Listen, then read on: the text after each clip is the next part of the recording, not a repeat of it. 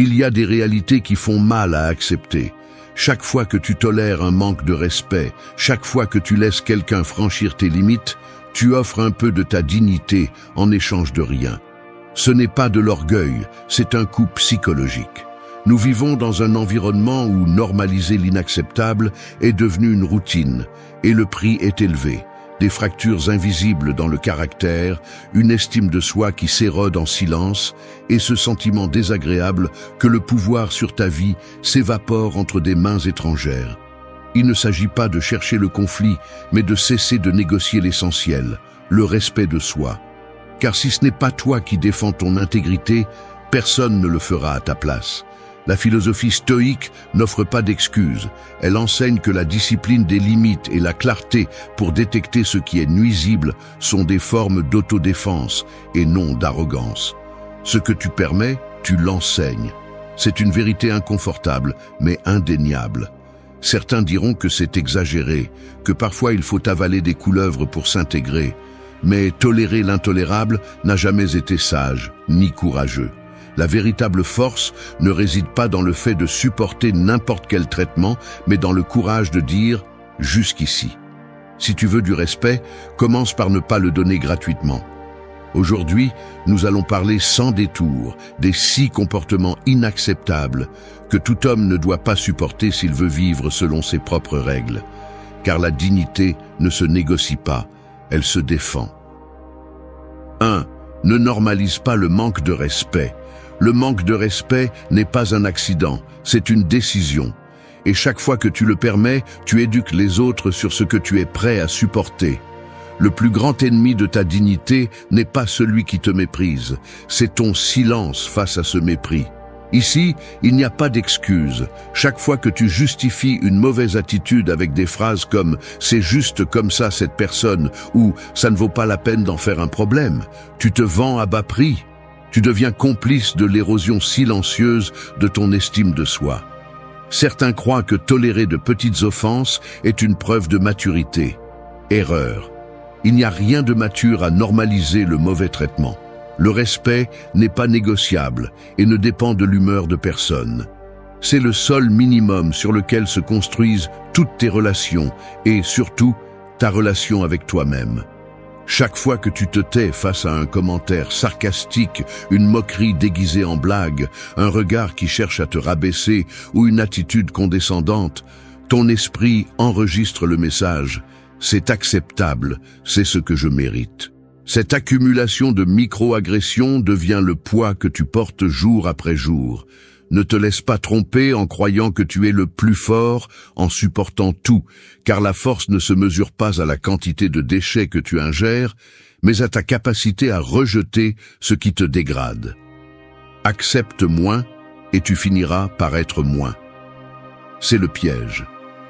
Il y a une différence énorme entre être tolérant et devenir un paillasson émotionnel. Le stoïcisme ne consiste pas à baisser la tête et à avaler du poison avec un sourire forcé. Il s'agit d'avoir la clarté et la discipline pour identifier quand quelqu'un franchit la ligne et, sans perdre son calme, mettre un terme nécessaire. Laisser passer un manque de respect ne te rend pas sage, cela te rend insensible envers toi-même. Chaque fois que tu le fais, ton caractère se fracture un peu plus. Une dette interne se forme que tôt ou tard, tu devras payer sous forme de ressentiment, d'insécurité ou de colère contenue. Combien de temps penses-tu pouvoir supporter avant que cela ne te coûte cher? Il y a une vérité inconfortable, tu ne peux pas exiger le respect si tu ne te le donnes pas d'abord. Cela implique de cesser de chercher des explications à l'inacceptable et de commencer à répondre avec fermeté, même si cela signifie perdre la sympathie de certains. Je préfère perdre des gens que de me perdre moi-même. C'est la ligne emblématique que tu devrais répéter jusqu'à l'ancrer dans ton esprit. Tu n'es pas né pour être accepté à tout prix, tu es né pour être intègre. Défendre tes limites n'est pas de l'arrogance, c'est un investissement dans ta valeur personnelle. Chaque fois que tu te tiens debout et que tu mets un terme à un manque de respect, tu entraînes le muscle de ton autodiscipline, tu renforces ton estime de soi et tu te rappelles que ton intégrité est plus importante que n'importe quelle approbation bon marché. Celui qui ne peut pas te respecter ne mérite pas d'espace dans ta vie ni dans tes pensées. Ici, il n'y a pas de place pour les demi-mesures. Soit tu te respectes, soit tu te résignes. La décision t'appartient toujours. 2. Détecter et couper la manipulation tôt.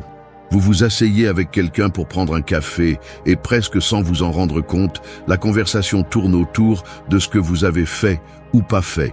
Cette personne vous lance des phrases enveloppées de préoccupations, vous fait sentir en dette, vous glisse des culpabilités subtiles. Je le disais pour votre bien, c'est toujours moi qui dois céder.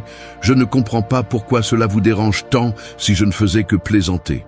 Il n'y a pas de cris, pas d'insultes directes, mais vous sortez de là avec une gêne que vous n'arrivez pas à nommer. C'est ainsi que commence la manipulation, non pas avec des attaques frontales, mais avec des distorsions lentes et presque invisibles de votre perception et de votre volonté. Le véritable danger n'est pas ce qu'on vous fait, mais ce que vous commencez à vous faire vous-même. Parce que la manipulation agit comme un filtre mental. Peu à peu, vous vous habituez à douter de vos propres décisions, à sentir que vous devez justifier ce que vous ressentez, à céder par fatigue et non par choix. Le problème est que, lorsque vous ne coupez pas ces jeux tôt, votre esprit apprend un mécanisme toxique, celui de se trahir pour plaire à l'autre. Il est facile de se tromper en croyant que céder est synonyme de maturité. Mais il y a une différence énorme entre s'adapter et se dissoudre. La manipulation n'est jamais évidente au début. Elle se déguise en conseil, en préoccupation, voire en amour. Et c'est là que le piège devient dangereux. Vous commencez à accepter de petites distorsions de la réalité juste pour éviter le conflit, pour ne pas être difficile, pour maintenir la paix. Mais cette paix a un coût. Chaque fois que vous ignorez cette gêne intérieure, que vous justifiez une culpabilité qui n'est pas la vôtre, que vous acceptez le récit des autres sur vos propres actes, vous vous éloignez un peu plus de vos principes.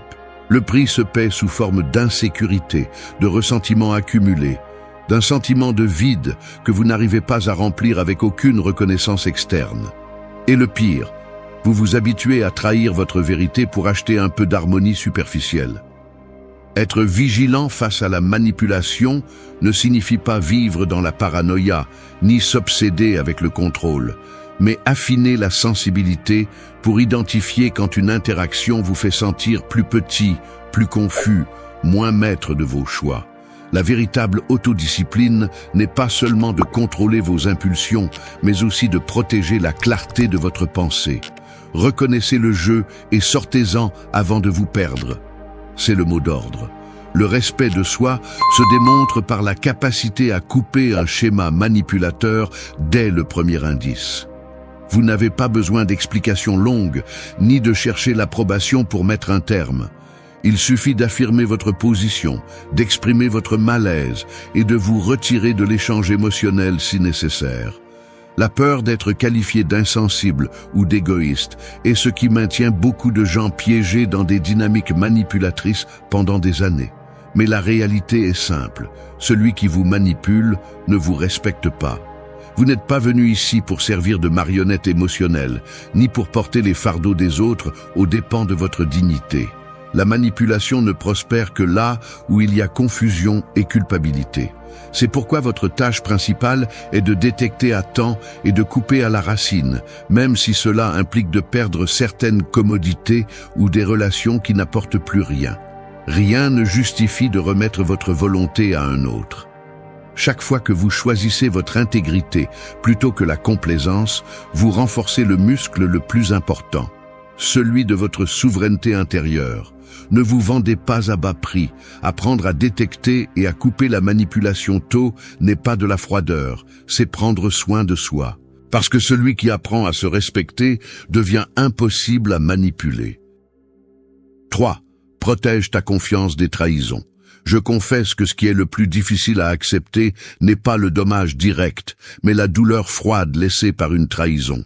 Pas la trahison cinématographique, bruyante et évidente, mais celle qui opère depuis la confiance, celle qui s'installe dans le quotidien et te pousse à te demander si tu as vraiment bien compris la personne en face de toi. La confiance ne se construit pas en un jour. C'est la somme de petites concessions, de vérité partagée, de silence qui ne pèse pas. Mais il suffit d'une seule rupture, d'une fuite de ce que tu as confié, d'une promesse violée, pour que cette structure interne vacille. Le véritable problème n'est pas seulement l'acte, c'est la séquelle mentale. Tu commences à revoir chaque détail, à chercher des signes que tu ne voyais pas auparavant, à douter du sens de ce qui est dit et de ce qui est tu. Ton esprit, qui trouvait auparavant du repos dans la proximité, devient maintenant un espace de vigilance constante. Et c'est ici que tu commences à comprendre que protéger ta confiance n'est pas de la paranoïa, c'est une autodéfense psychologique. Analysons cela avec froideur. Chaque trahison opère comme un virus. Elle ne détruit pas seulement ce qui existait, mais installe dans ton système opératoire un mécanisme d'alerte qui complique les connexions futures. Tu deviens plus prudent, plus réservé, moins disposé à exposer ta vulnérabilité. Un coup caché se produit.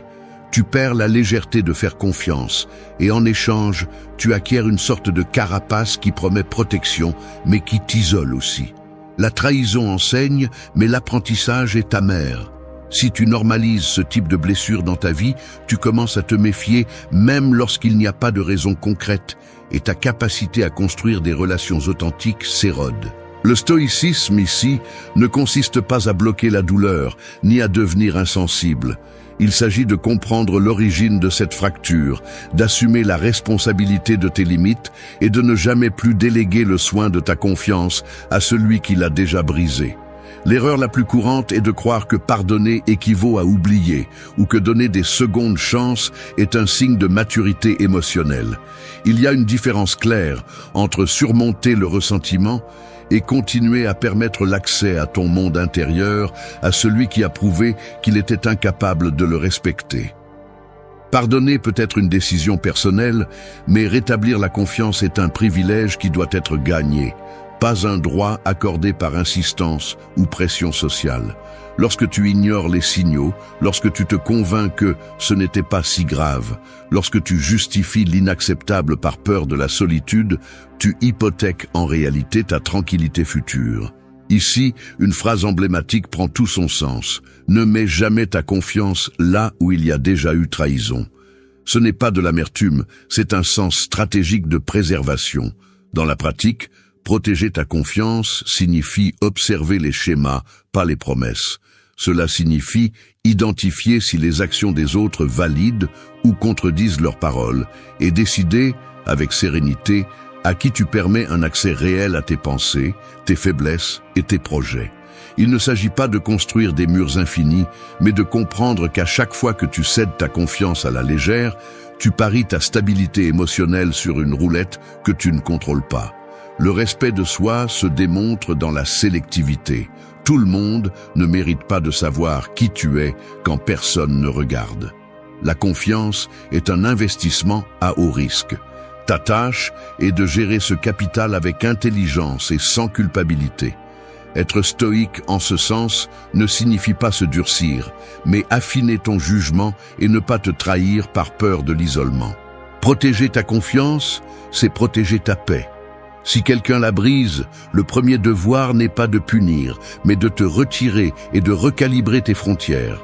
Car au final, celui qui ne prend pas soin de ta confiance ne mérite pas ta présence. 4. Ne laisse pas la négativité des autres t'absorber. Parfois, la négativité des autres s'installe comme une fumée invisible dans une pièce fermée. Au début, c'est juste une gêne subtile, mais au fil des minutes, elle commence à piquer les yeux, irriter la gorge et rendre la respiration difficile. Le visage de celui qui l'aimait est inconfondable. Sourcils froncés, regard enfoncé, épaules constamment voûtées vers l'avant, voix teintée de plainte ou de pessimisme. Tu t'approches, peut-être par courtoisie ou par l'absurde espoir de lui remonter le moral, et sans t'en rendre compte, cette fumée commence à t'imprégner. Ces mots tombent lourdement, comme des gouttes de goudron, tachant de gris toute tentative de légèreté.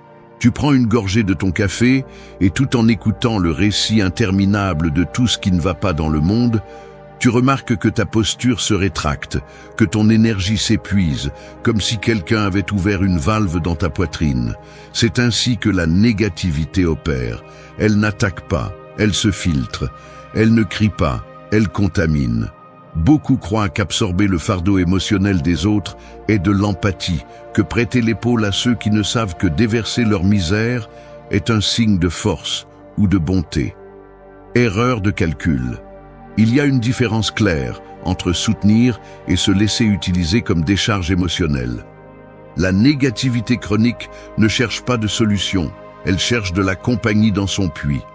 Si tu restes trop longtemps dans cette atmosphère, tu finis par respirer le même air vicié, convaincu que le monde est aussi sombre et hostile qu'on te le dépeint. Le pire tour de la négativité est qu'elle se déguise en réalisme. Les choses vont mal, tu ne le vois pas, te dit-elle, et peu à peu, ton regard s'obscurcit, ton jugement se contamine, et tu commences à filtrer tes propres pensées à travers le prisme d'un autre. Chaque interaction laisse un résidu, une couche de fatigue qui ne t'appartient pas mais que tu ramènes quand même chez toi, comme si elle était la tienne. La mentalité stoïque exige de la discipline même dans ce domaine. Ne pas devenir une éponge de la toxicité des autres. Il ne s'agit pas de devenir insensible, ni de couper tout lien avec ceux qui traversent des moments difficiles, mais d'établir une limite claire entre tes émotions et celles des autres. Le geste est simple, mais peu fréquent. Écouter attentivement, mais sans absorber. Accompagner, mais sans se laisser entraîner. Imagine le muscle de ta sérénité comme une membrane sélective.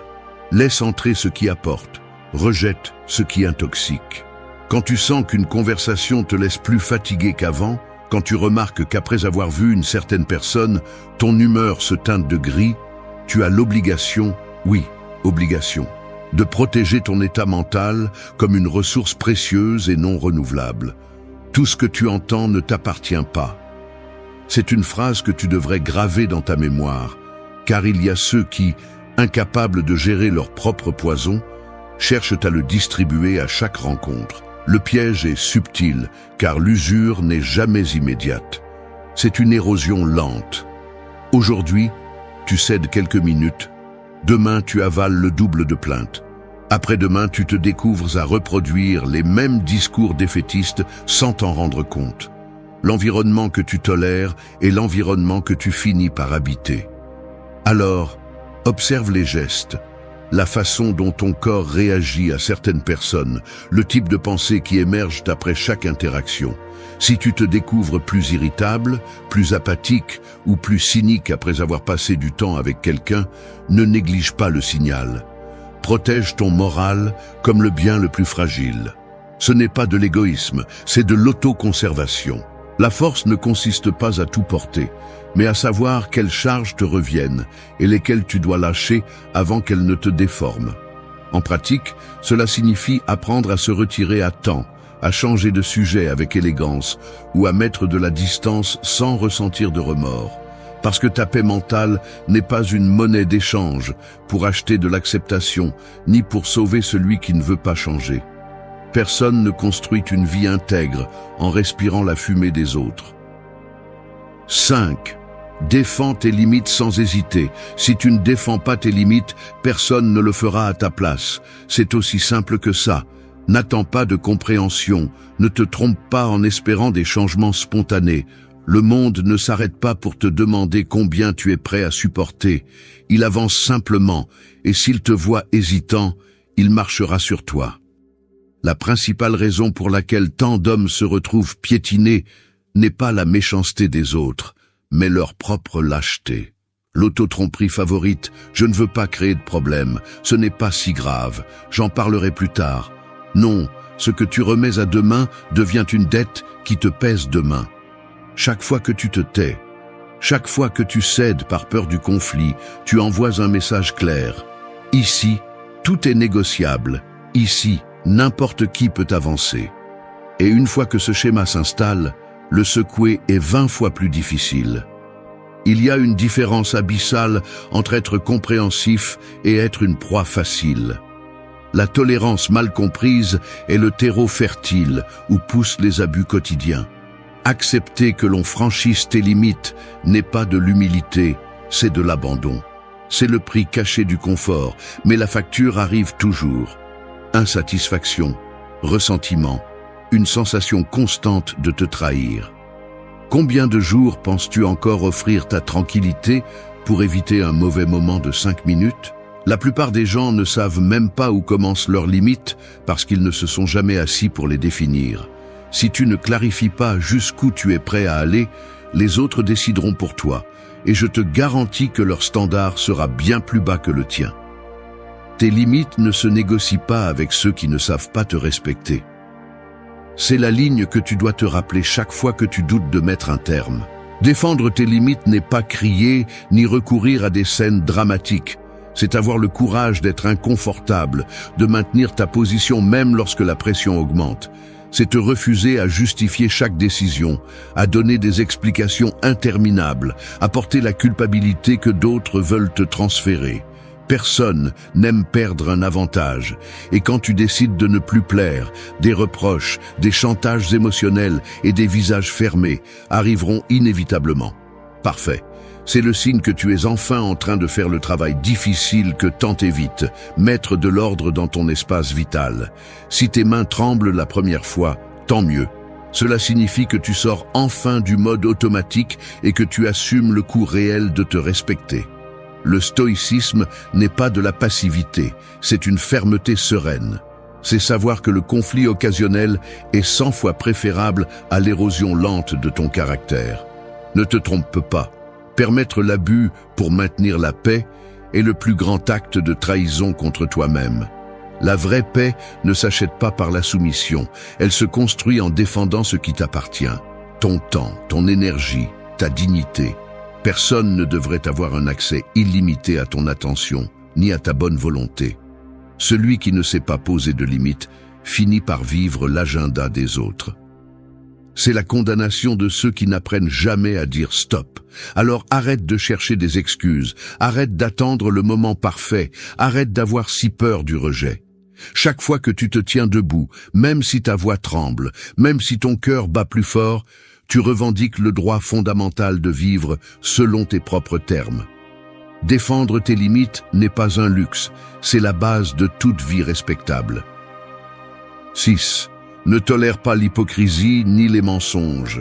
La vérité est inconfortable. Tolérer l'hypocrisie et le mensonge, c'est permettre à d'autres de manipuler ta perception de la réalité et pire encore, c'est donner la permission à tes propres peurs de dicter comment tu te relèves avec le monde.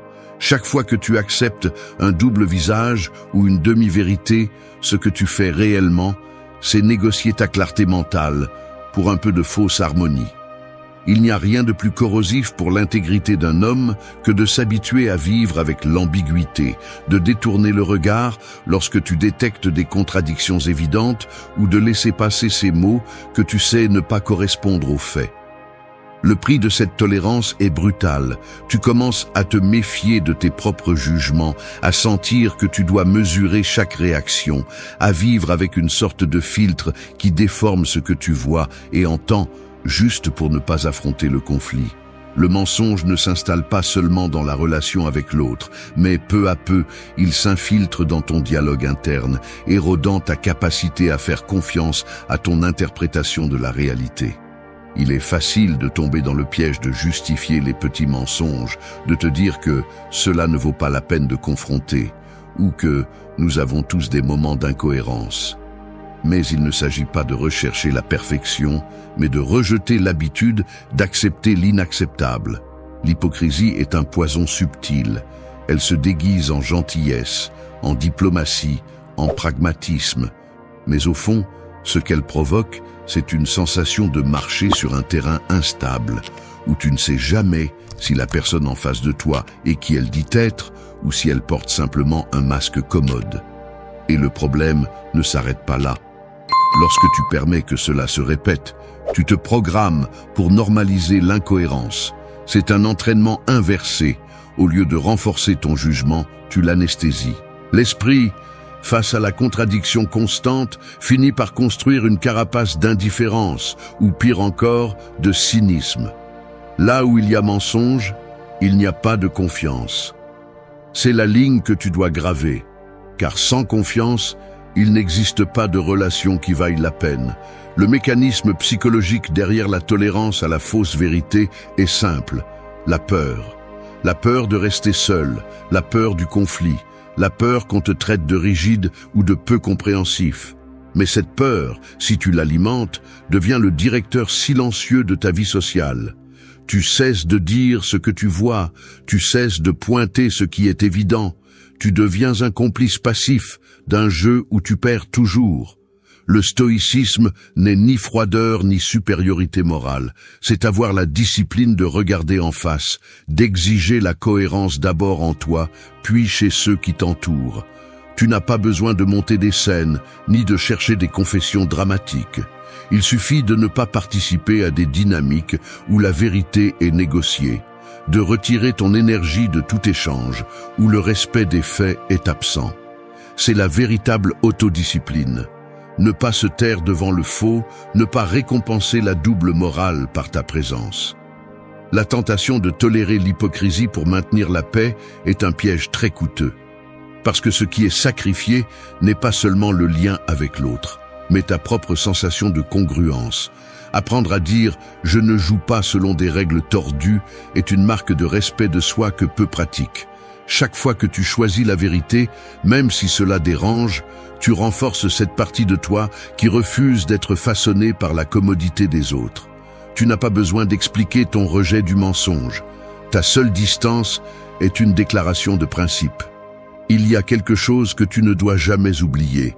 La tolérance à l'hypocrisie est une reddition silencieuse. Si tu veux vraiment vivre une vie digne, commence par exiger la transparence. D'abord dans tes actes, puis dans tes relations. Parce qu'à la fin, celui qui accepte la fausse vérité finit par se trahir bien avant les autres. 7. Choisis l'intégrité plutôt que l'approbation extérieure. Tu attends dans la file d'une agence, écoutant comment la conversation des autres tourne autour de qui a fait quoi, qui a la dernière tendance et qui s'intègre le mieux dans le groupe. Quelqu'un à côté de toi donne son avis avec légèreté sur un sujet qui te touche de près, déformant les faits juste pour plaire aux autres. Tu ressens cette pression tacite dans l'air, le regard qui attend que tu acquiesces, le sourire qui réclame ta complicité. Il est facile de céder, de rire de ce qui ne te semble pas drôle, de te taire quand quelque chose te dérange, ou même d'ajouter une opinion fausse pour ne pas être mis à l'écart. Ainsi, sans t'en rendre compte, le mécanisme le plus corrosif s'active, celui de placer l'acceptation des autres au-dessus de ta propre vérité. Chaque petite décision semble inoffensive, mais le schéma qui s'installe est clair. Tu te façonnes selon l'attente collective, même si cela implique de trahir ce que tu penses ou ressens. L'analyse est simple et brutale à la fois. Lorsque tu cherches l'approbation extérieure, ton jugement devient un produit de marché. Tu l'ajustes selon la demande du moment, même si le prix est ta tranquillité intérieure. Le problème de fond n'est pas seulement l'inconfort ponctuel, mais l'habitude qui s'installe. Chaque fois que tu choisis de plaire pour t'intégrer, tu entraînes ton esprit à ignorer les alertes internes, à laisser passer les incohérences et à justifier de petites trahisons personnelles. Le résultat est une fracture silencieuse. Tu t'habitues à ne pas t'écouter, à privilégier le consensus sur l'authenticité. Ce qui semble être de la diplomatie est souvent simplement une peur de perdre le statut, le groupe, la validation momentanée. Mais la facture arrive. L'intégrité n'est jamais gratuite. Et tu le sais quand à la fin de la journée tu ressens plus le poids de ce que tu as gardé pour toi que de ce que tu as dit. Si tu analyses le processus, tu verras que la recherche d'approbation est addictive parce qu'elle est immédiate. Un geste d'approbation, un éclat de rire partagé, un « bien dit » peuvent anesthésier l'inconfort intérieur un moment, mais cette trêve est fragile et superficielle. Ce qui est sacrifié, au fond, c'est la relation avec toi-même. Parce que chaque fois que tu minimises tes principes pour éviter d'être le bizarre, ce que tu construis est une identité empruntée, un masque qui exige un entretien constant. et personne n'a de paix en portant des masques. L'intégrité, en revanche, est inconfortable parce qu'elle exige des renoncements. Dire ce que tu penses vraiment, ne pas rire de ce qui te semble faux, te retirer d'une conversation lorsque le coup est ta tranquillité. C'est un pari à long terme, mais les dividendes sont réels, respect de soi, clarté d'esprit et la sensation que ta valeur ne dépend pas des applaudissements des autres. La stratégie stoïque est claire, définis d'abord ce que tu n'es pas prêt à négocier.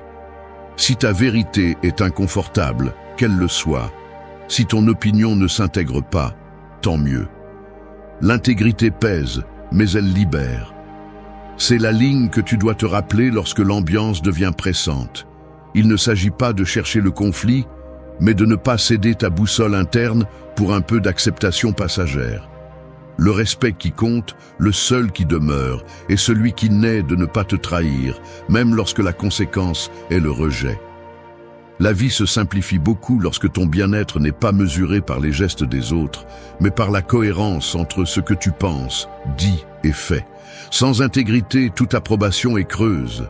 Choisis le poids de la vérité, même si cela te laisse seul un moment, car tout le reste est une dette qui tôt ou tard te sera réclamée avec des intérêts.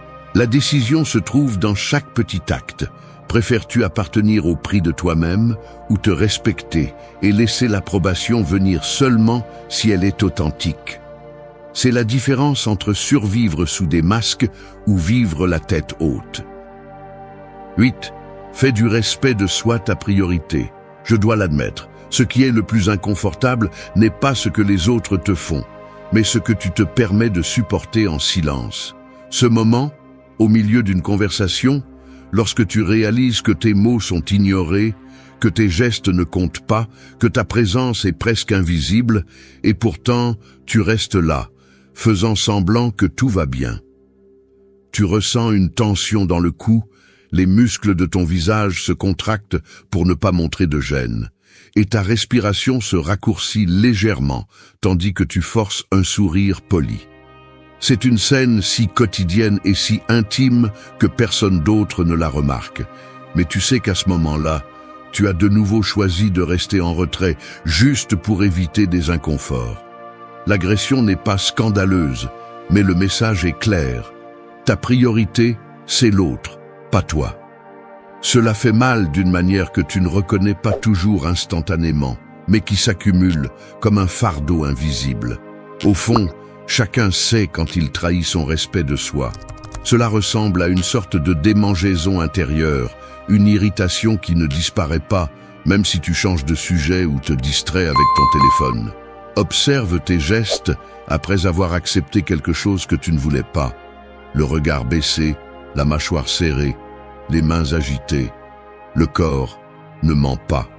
Cet inconfort est l'alarme qui te prévient que tu as de nouveau sacrifié ta valeur pour acheter un peu de tranquillité superficielle. Ce n'est pas que tu ne sais pas te défendre, c'est que, bien souvent, tu préfères l'usure lente plutôt que le conflit bref. Mais cette trêve te coûte cher. Chaque concession est un retrait silencieux de ton compte d'estime de soi. Le respect de soi ne se mendie pas, il s'exige. Cette phrase, tu dois te la rappeler lorsque tu sens que ta voix intérieure commence à s'excuser. L'image est claire. Un homme qui a fait du respect de soi une priorité n'a pas besoin de hausser la voix ni de chercher à convaincre qui que ce soit. Sa posture est différente. Dos droit, regard ferme, mots mesurés, mais directs. Il ne s'agit pas d'être agressif ni de devenir une statue de glace. C'est la différence entre occuper un espace avec naturel et demander la permission d'y exister. Observe comment les interactions changent lorsque tu cesses de t'excuser pour tes limites. Les gens t'écoutent différemment, les commentaires intrusifs se réduisent, l'ambiance devient plus claire, de petites hostilités. C'est presque physique. Le respect se ressent, se transmet, s'impose sans besoin de menaces.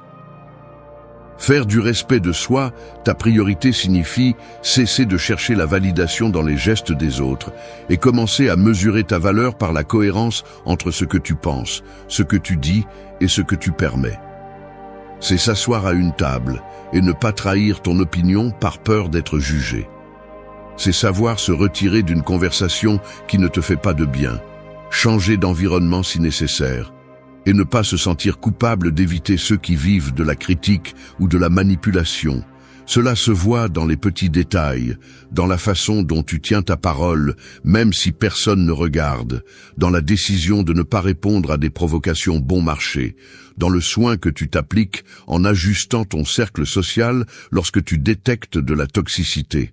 Celui qui se respecte inspire le respect. C'est une loi simple, mais non négociable.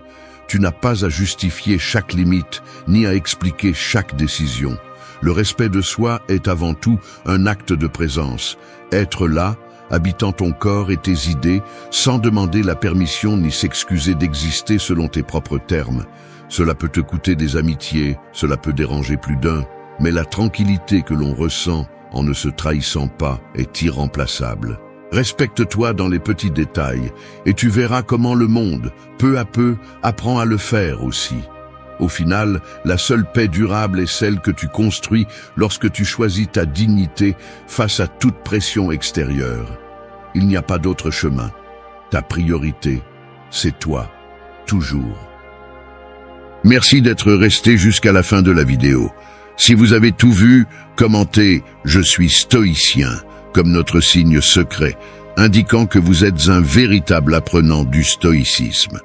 N'oubliez pas de vous abonner et de liker la vidéo si elle vous a plu. Rendez-vous dans la prochaine vidéo et rappelez-vous, continuez à cultiver votre esprit stoïque.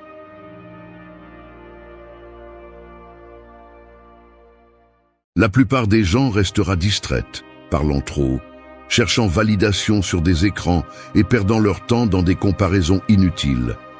La vérité inconfortable est que 2026 n'aura pas de patience pour ceux qui ne prennent pas au sérieux le contrôle de leur vie. S'exposer, réagir à tout, expliquer chaque limite, épuise ton énergie et te rend vulnérable.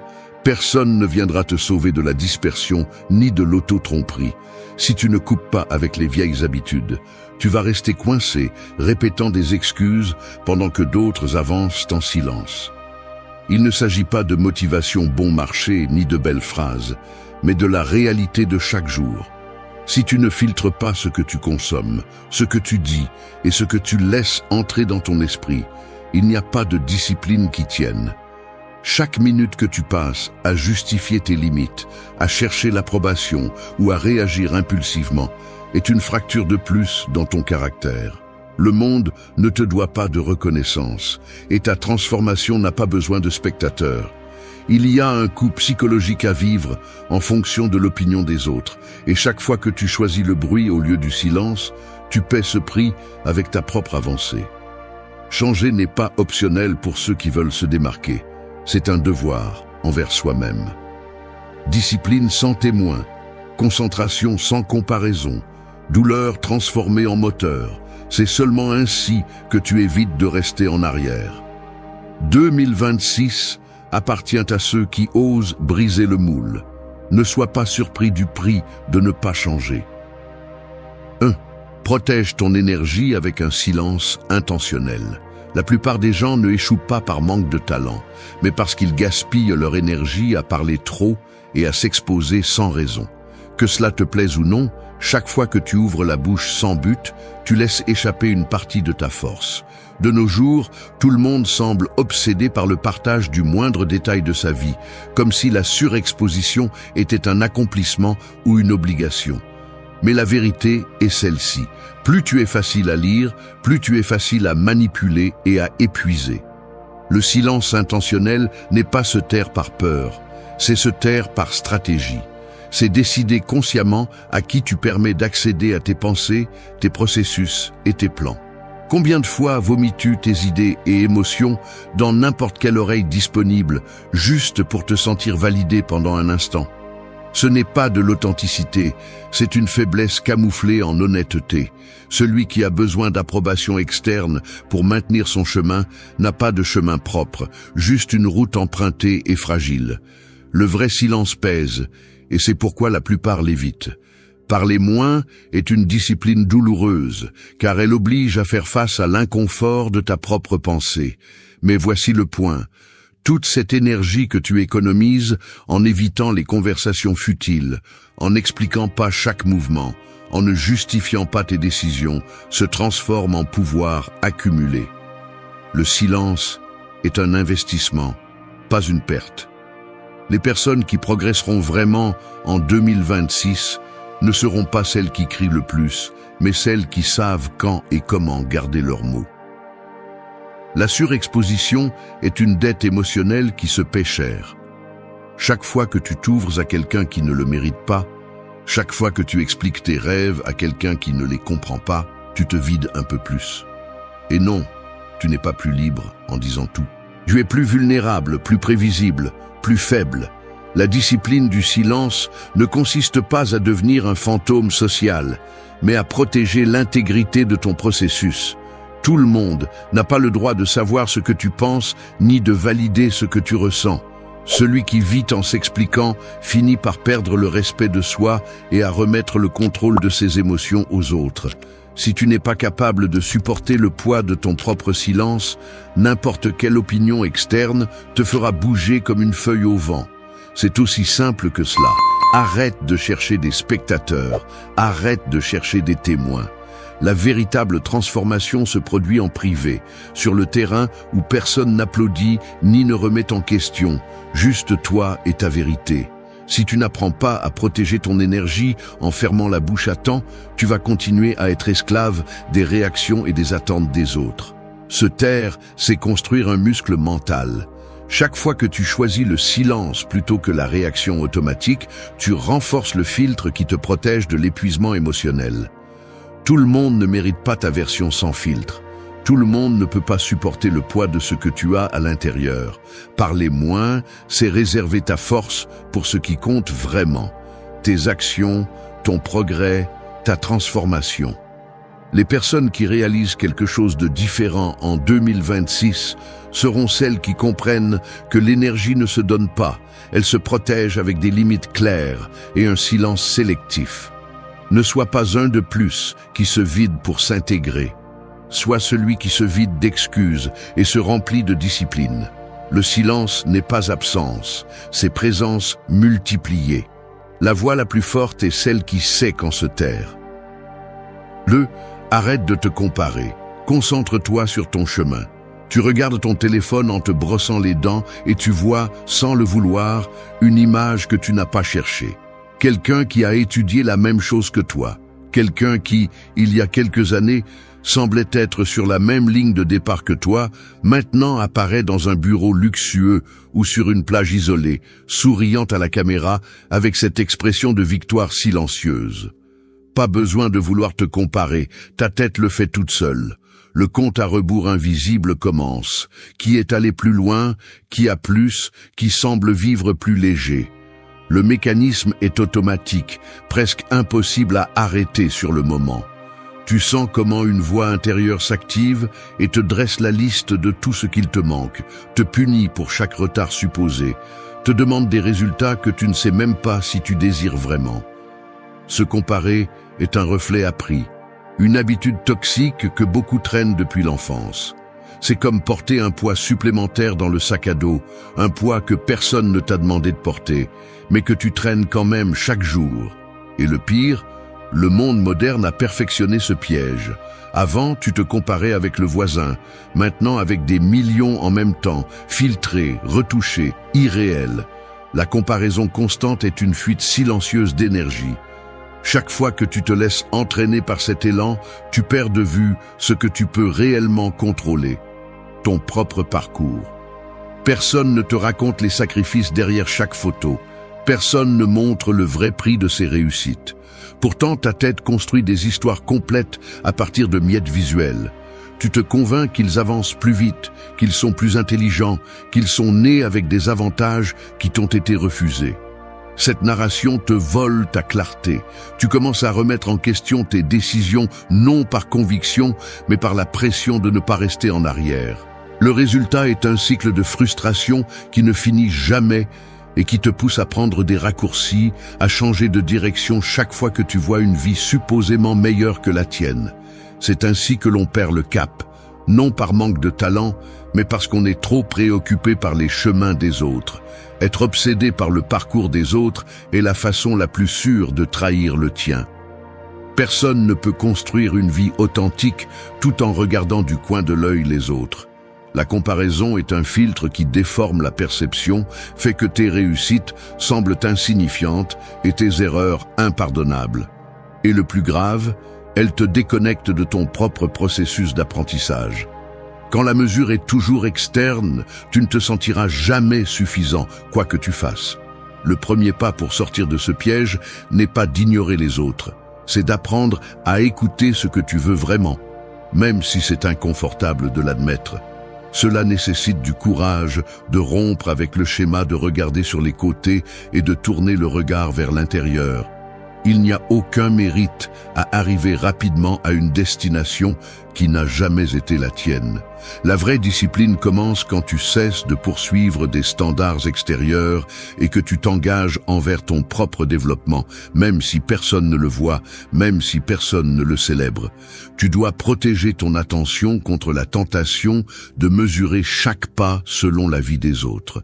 Cela ne se fait pas du jour au lendemain. C'est une décision quotidienne, une sorte d'entraînement à contre-courant.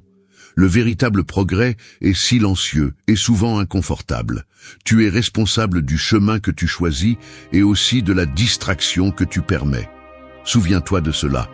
Personne ne peut te voler ton processus, mais tu peux le donner en te comparant. Arrête de regarder à l'extérieur, commence à construire de l'intérieur. La seule compétition qui compte est contre la version que tu étais hier. La comparaison est une dette émotionnelle, l'attention, un investissement que seul toi décides de faire. 3. Supporte la solitude, renforce ton caractère. Je dois l'admettre, il y a des jours où la solitude pèse plus que je ne le voudrais. Ce n'est pas la solitude physique, celle-là est facile à combler avec du bruit, des écrans ou des gens. C'est l'autre, celle qui apparaît quand je décide de cesser de me distraire et de faire face à mes propres décisions, à mes manques, à tout ce que j'ai évité d'analyser en profondeur. Supporter ce vide sans fuir est inconfortable. Mais ce que j'ai compris, à force de coups et de recul, c'est que cet inconfort est le filtre naturel qui sépare ceux qui ne font que fantasmer sur le changement de ceux qui le réalisent vraiment. La peur de la solitude fonctionne comme une encre invisible. Elle te maintient collé à des routines médiocres, à des relations qui ne comptent plus, à des conversations qui ne te transforment pas, simplement parce que tu crains de rester seul avec tes pensées les plus basiques et tes questions non résolues. La plupart choisissent de remplir n'importe quel vide existentiel avec du bruit extérieur par incapacité à tolérer même une minute de silence intérieur. Mais cette urgence à fuir, à diluer la douleur de l'isolement, finit toujours par affaiblir le caractère. Éviter la solitude, c'est comme éviter l'entraînement. On a l'impression d'épargner la douleur, mais en réalité, on se condamne à la fragilité. Quand tu analyses froidement les moments les plus décisifs de tout processus de transformation, il y a un schéma qui se répète. La grande majorité se produit dans des espaces de solitude volontaire. Ce n'est pas un hasard. Sans témoin, sans public et sans la pression de devoir prouver quoi que ce soit, c'est quand tu peux enfin écouter ce que tu penses et ressens vraiment, sans filtre ni apparence. La solitude forcée est parfois cruelle, mais la solitude choisie est celle qui te permet de réécrire le scénario de ta vie. C'est un laboratoire où tu découvres à quel point tu as vécu en pilote automatique, répétant des schémas hérités, reportant des décisions importantes et cherchant refuge dans la validation des autres. Passer du temps seul n'est pas une punition. C'est une stratégie d'autodiagnostic, la seule façon d'exposer les lacunes de ta propre structure mentale et émotionnelle. Personne ne renforce son caractère entouré d'applaudissements. Le caractère se forge exactement là où personne ne te voit, quand c'est toi qui décides si tu restes ferme ou si tu te laisses emporter par le confort de ce que tu connais. Il y a une conséquence claire à éviter la solitude. Tu deviens dépendant de ton environnement pour réguler tes émotions et définir ta valeur. Si tu ne supportes pas d'être avec toi-même, tu deviens accro à la compagnie facile, aux opinions des autres, à la fausse sécurité que donnent les relations superficielles. Cette dépendance est la fracture qui coûte le plus cher, car au moment où la vie te laisse sans ses soutiens externes, tu te retrouves sans ressources internes pour te maintenir. Renforcer le caractère implique d'abord d'identifier tous ces moments où tu fuis l'inconfort, et ensuite de décider consciemment de les affronter au lieu de les anesthésier. Tu n'as pas besoin de plus de stimuli, tu as besoin de plus de résistance. Celui qui supporte la solitude développe un filtre naturel contre la manipulation émotionnelle et la pression sociale. Là est la différence. La solitude ne détruit que ceux qui ne l'ont jamais vraiment affrontée. Les autres l'utilisent comme un entraînement pour durcir leur volonté et pour protéger leur concentration. Le conseil est simple mais pas facile. Apprends à rester avec toi-même sans distraction, même si cela fait mal. Permets-toi de sentir le vide, d'écouter les questions inconfortables, d'analyser tes propres contradictions. Transformer l'inconfort en discipline est le pas que la plupart ne franchissent jamais. Et c'est pourquoi la plupart ne changent jamais vraiment. Supporter la solitude renforce le caractère parce que cela t'oblige à construire une base interne qui ne dépend de rien ni de personne. Personne ne peut s'entraîner à ta place. Personne ne peut supporter tes silences pour toi.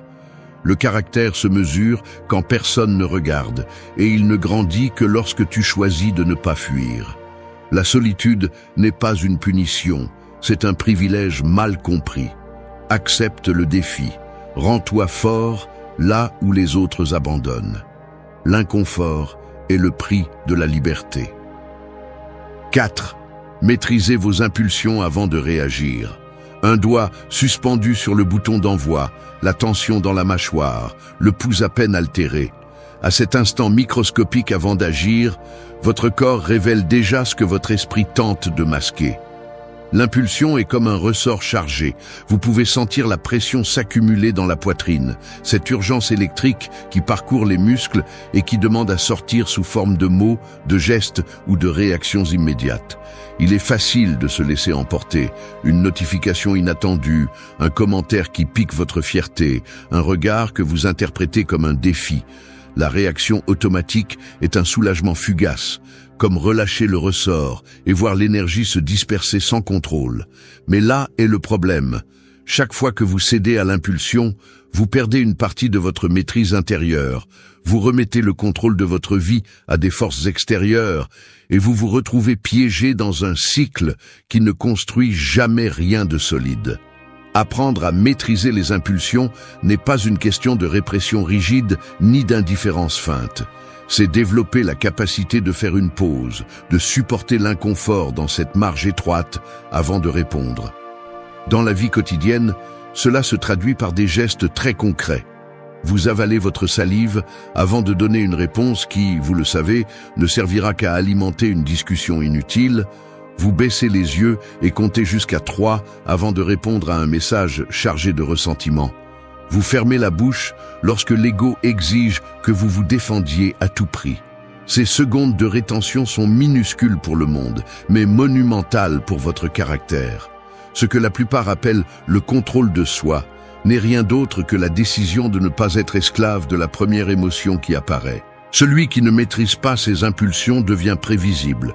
Il répond toujours de la même manière, tombe toujours dans les mêmes pièges, dépense toujours son énergie dans ce qui ne compte pas. Il y a une différence brutale entre sentir et réagir. Sentir est inévitable, l'émotion surgit, frappe, secoue.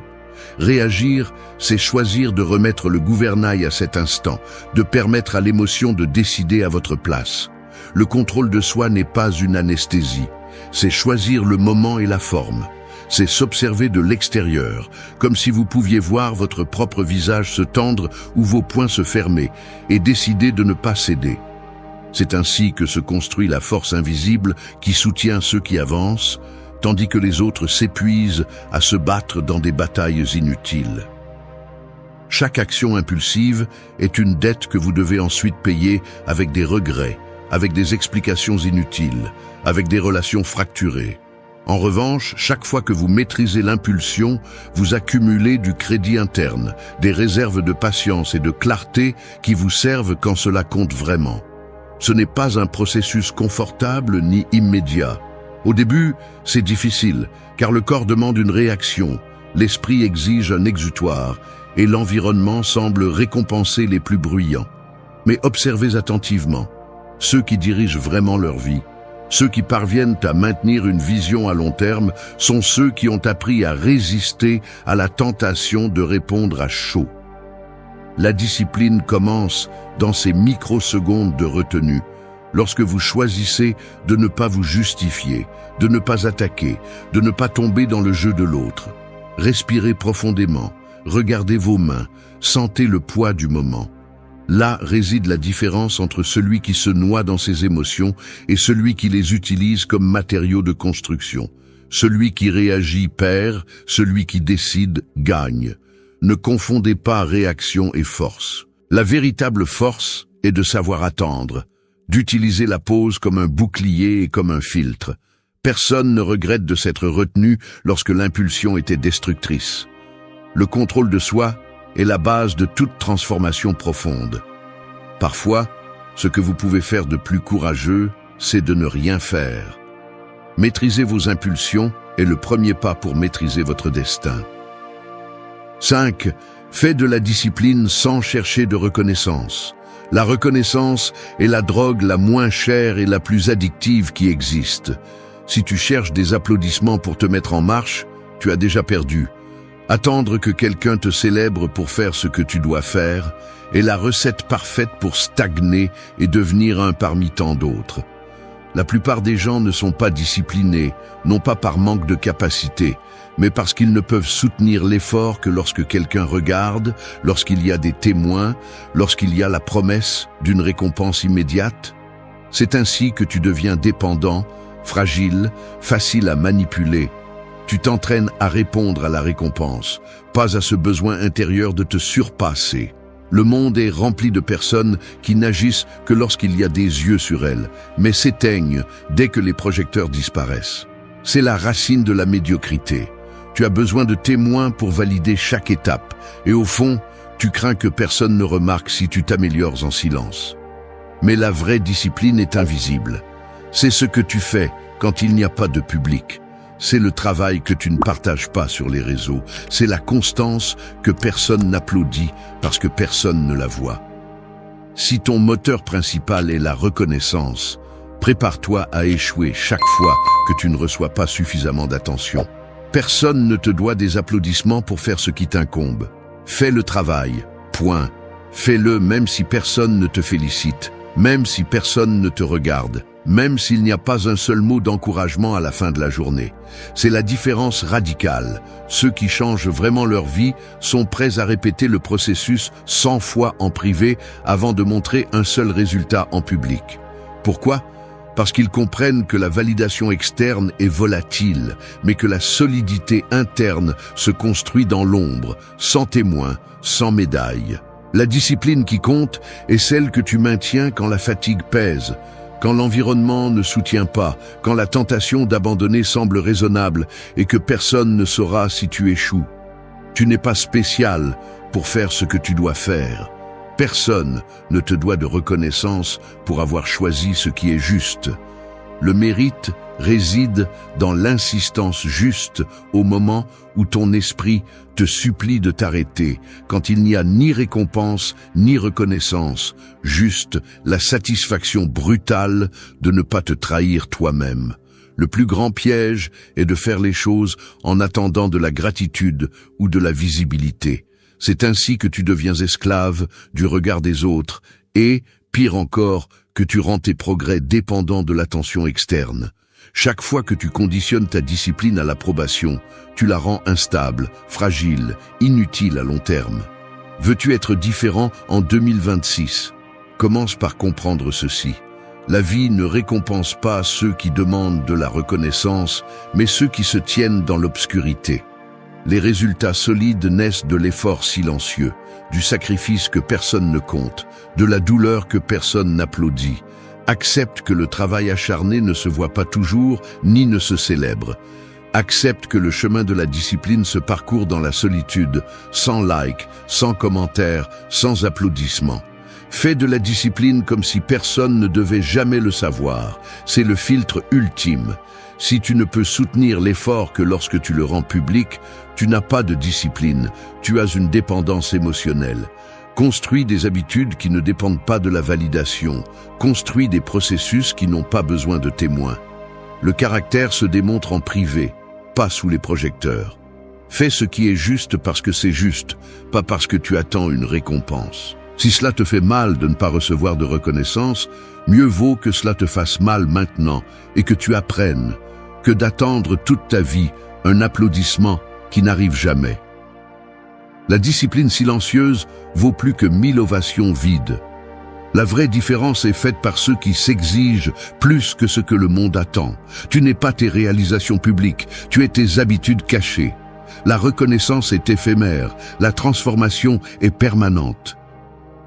6. N'explique pas tes limites, applique-les simplement.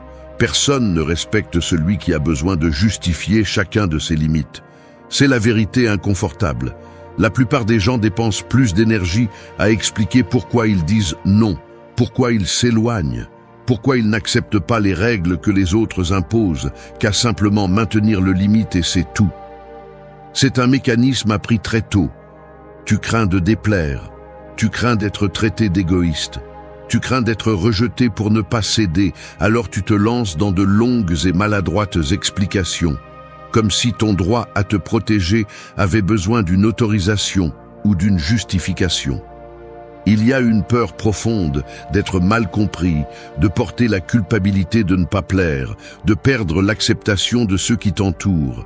Mais chaque fois que tu tombes dans ce jeu de te justifier, tu renforces l'idée que tes besoins sont négociables ou que tu dois demander pardon pour défendre ton espace. Ainsi, tu t'épuises. Ainsi, tu deviens un otage émotionnel de la réaction des autres. À l'intérieur, il y a un dialogue constant. Est-ce que je n'exagère pas? Et s'ils sont offensés, que vont-ils penser si je mets cette limite?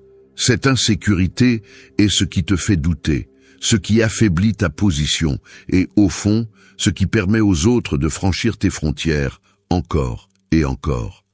Ce n'est pas seulement une question d'éducation ou de cordialité, c'est une fracture dans la confiance en soi, un manque d'entraînement à dire non sans culpabilité, sans fioriture, sans détour. Chaque explication que tu donnes est une invitation à négocier la limite, à te presser, à remettre en question ta décision. Et le pire, c'est que souvent, tu n'es même pas conscient de quand tu remets le contrôle.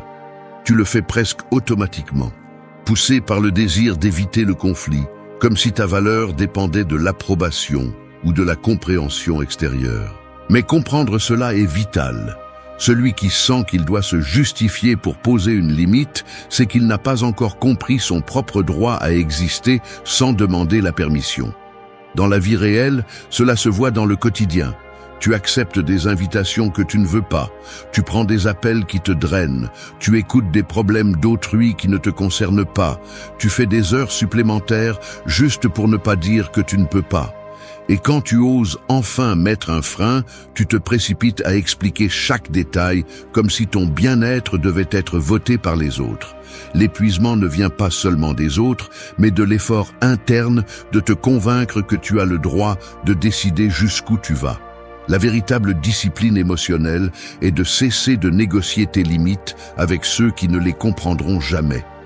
Il y a une phrase que tu devrais te tatouer mentalement. Celui qui s'explique trop s'affaiblit. Tu n'as pas besoin de discours pour protéger ta paix. Tu n'as pas à détailler des raisons, ni à demander l'approbation pour prendre soin de tes priorités. La fermeté se démontre dans les actes. Tu dis non et tu le maintiens. Tu prends de la distance et tu ne la justifies pas. Tu mets une frontière et tu ne l'embellis pas d'excuses. Les gens respectent ce qui n'est pas discuté. Et oui, il y aura de l'inconfort, peut-être du rejet, même des jugements. Mais la tranquillité qui naît de maintenir tes limites sans explication est bien plus grande que l'anxiété d'essayer de plaire à tout le monde. L'autorité sur ta vie se consolide dans le silence, par des actes, pas par des discours. Chaque limite trop expliquée est une fissure dans ton propre respect. Arrête de demander la permission d'être qui tu es. Si ta limite est claire pour toi, c'est suffisant. N'explique pas, applique-la. 7. Transformez la douleur en moteur de progrès. Vous vous réveillez et le premier souvenir qui apparaît est ce malaise sourd dans votre corps, cette gêne persistante qui ne s'efface ni avec le café ni avec la meilleure playlist. Ce n'est pas seulement de la fatigue physique, c'est l'accumulation de petites déceptions, de pertes récentes, de mots qui ont fait plus de mal que vous ne l'avez admis, d'opportunités qui se sont échappées quand vous en aviez le plus besoin. La douleur, bien qu'elle soit silencieuse et apparemment invisible, pèse plus que n'importe quel sac à dos. Elle s'installe dans la nuque, dans l'estomac, dans la façon dont vous froncez les sourcils ou dans la difficulté que vous avez à commencer la journée. Beaucoup essaient de la minimiser ou de se distraire, d'autres tentent de la déguiser avec de l'humour. Certains en font une excuse pour abandonner. Mais la vérité est que la douleur ne disparaît pas en la niant. Elle se transforme simplement en un fardeau caché qui limite chaque décision. Et voici le premier point clé. La douleur est inévitable, mais ce que vous en faites est votre choix. Il existe un mécanisme mental qui s'active face à toute expérience douloureuse, l'impulsion de fuir, de se plaindre ou de chercher des coupables. C'est une défense primaire, presque automatique, mais terriblement coûteuse. Chaque fois que vous choisissez le chemin de la plainte, la douleur se recycle. Elle passe d'un signal utile à une prison émotionnelle. En revanche, lorsque vous prenez le temps d'analyser d'où vient cette douleur et à quoi elle sert, la douleur peut devenir un outil stratégique, un filtre qui sépare ce que vous devez changer de ce que vous devez simplement laisser aller. La plupart des gens n'atteignent jamais ce niveau d'analyse. Ils restent bloqués à la surface, piégés dans des récits de victimes, attendant que quelque chose d'extérieur résolve leur inconfort. Mais la douleur bien utilisée est une carte. Elle indique les fractures dans votre caractère et les points faibles de vos habitudes. Ce n'est pas la souffrance qui vous freine, c'est votre utilisation inefficace de celle-ci. La clé est de changer votre relation avec la douleur. Si vous la voyez comme un ennemi, elle vous affaiblit. Si vous la voyez comme un maître, elle vous pousse. Le processus n'est ni confortable ni rapide. Il nécessite de regarder en face ce qui fait le plus mal et de vous demander avec une brutalité honnête quelle décision vous avez retardée, quelle limite vous n'avez pas fixée ou quelle discipline vous n'avez pas maintenue. La douleur indique avec une précision chirurgicale vos domaines à améliorer, les zones non entraînées de votre vie. Et la seule véritable erreur est de gaspiller cette information. Transformer la douleur en moteur implique une décision consciente. Cessez de l'utiliser comme excuse pour l'inaction et commencez à l'utiliser comme carburant pour le progrès. Personne ne progresse sans inconfort soutenu. Personne ne se transforme en évitant le malaise. La douleur est le prix d'une version plus forte de vous-même. La différence entre ceux qui avancent et ceux qui répètent le même cycle réside dans la capacité à traiter la douleur et à en extraire une décision concrète. La compassion mal comprise ne fait que perpétuer le statu quo. La discipline émotionnelle consiste à vous demander chaque jour « Que me demande cette douleur ?» et ensuite agir, même si cela fait plus mal au début. La croissance personnelle ne se produit pas en l'absence de douleur, mais dans la gestion stratégique de celle-ci. Si vous parvenez à transformer ce malaise en un rappel quotidien de ce que vous pouvez encore améliorer, la douleur cesse d'être un obstacle et devient un moteur. Celui qui apprend à utiliser la douleur comme signal d'ajustement ne reste jamais longtemps au même endroit. Oubliez d'attendre le moment parfait, la motivation idéale ou le soulagement immédiat. Rien de tout cela n'existe. La vie ne récompense pas ceux qui souffrent en silence, mais ceux qui transforment la souffrance en mouvement. La douleur n'est pas une punition, c'est le rappel qu'il y a encore de la place pour grandir. Ce qui vous pèse aujourd'hui peut vous propulser demain. La différence réside dans ce que vous décidez de faire avec ce que vous ressentez. La douleur est inévitable, le statu quo est optionnel. 8. Agis avec cohérence. Ne te mens pas à toi-même. Je me suis surpris à rester immobile devant le miroir, observant un geste que je connais trop bien. La mâchoire serrée, le regard fuyant, les épaules légèrement affaissées comme si j'essayais de cacher un poids invisible. C'est ce moment où l'esprit commence à fabriquer des excuses pour ne pas faire ce que je sais que je dois faire.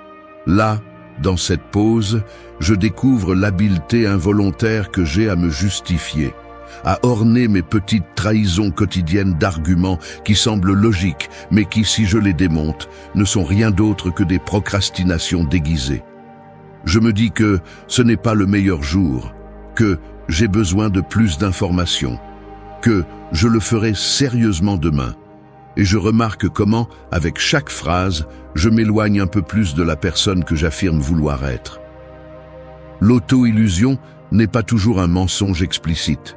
Souvent, c'est ce soupir profond, ce demi-sourire forcé, ce rituel silencieux de reporter l'urgence avec de petites concessions qui s'accumulent. Au final, ce qui reste est une sensation dense dans la poitrine et la certitude inconfortable que personne ne me voit, mais je sais tout. Être cohérent n'est pas un acte d'héroïsme, c'est un exercice quotidien d'honnêteté brutale. C'est regarder les décisions concrètes que tu prends, ce que tu manges, ce que tu remets à plus tard, ce que tu permets, ce que tu tolères, et les comparer à ce que tu prêches, à ce que tu rêves, à ce que tu revendiques tout bas et sur les réseaux. Le corps envoie des signaux. Tu sens l'estomac serré chaque fois que tu fais une promesse sans réelle intention de la tenir. La gorge se dessèche quand tu mens sur ton processus. Le dos se tend quand tu ignores cette tâche que tu as juré de résoudre aujourd'hui.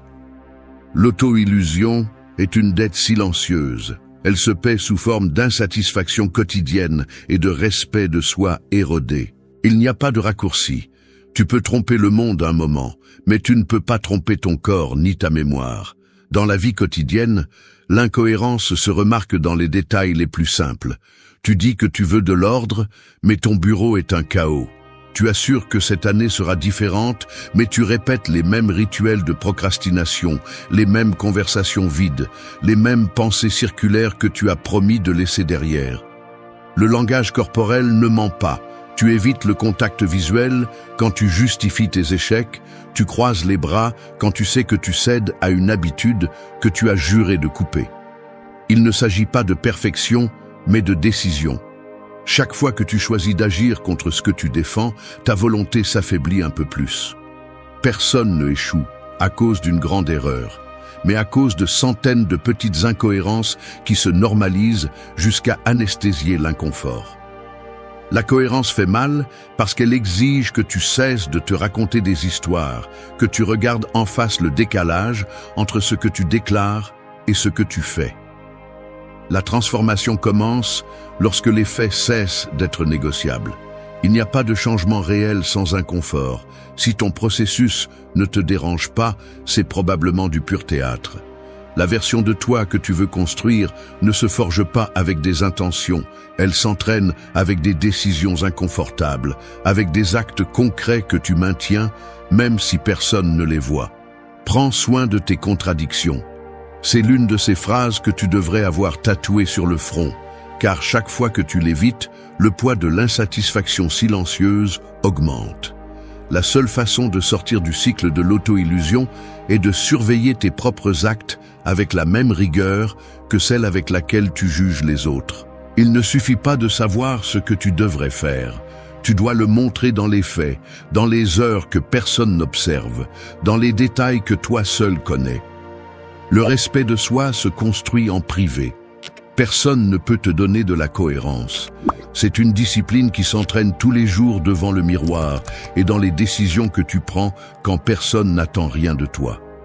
La cohérence ne se crie pas, elle se démontre. Ne te mens pas à toi-même. Chaque excuse est une brique de plus dans le mur qui te sépare de la vie que tu pourrais avoir. Merci d'être resté jusqu'à la fin de la vidéo. Si vous avez tout vu, commentez « Je suis stoïcien » comme notre signe secret, indiquant que vous êtes un véritable apprenant du stoïcisme. N'oubliez pas de vous abonner et de liker la vidéo si elle vous a plu. Rendez-vous dans la prochaine vidéo et rappelez-vous, continuez à cultiver votre esprit stoïque.